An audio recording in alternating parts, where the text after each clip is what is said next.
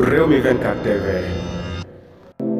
Bismillah dal leen ak jàmm ci xibaar jeudi 23 novembre Sadikh Top di membre ci Pastef Sadikh Top moom di kàngam ci Pastef moom mi ma ngay xam leen rek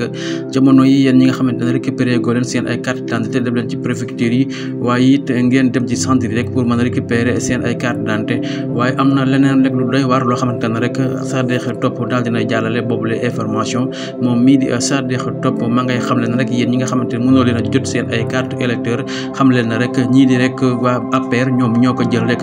dem rek di ci def ay parrain di parrain rek ki nga xamante ne rek moom mooy Amadou Ba lépp rek ngir mën koo jébbal Macky Sall rek booba sax la ñuy def xëy na Macky Sall yeggu ko waaye rek ngir bëgg lu ko neex loolee waral rek ñu daal di dem jël électeur yi jàmbur rek yóbbu ko rek di ko denc di ci def ay parrainage mu mel ne rek loolee waral sax ñu bari mënuñoo jot seen ay carte d'identité waaye moom mii di Sadikh Top ma ngay xam leen na rek ngeen vigilant bu baax ci seen i carte électeur ngeen jëm ko jël récupérer ko te xam ne rek jamono yi Ousmane Sonko dafay nekk candidat waaye Bassirou Diomaye Faye parrainage yi ñu koy defar rek bëgg nañ mu nekk lim bu takku moom mii di Sadikh Top di kàngamu Pastef bi daal ma ngay alerte rek di wax ngeen dem récupérer seen ay carte électeur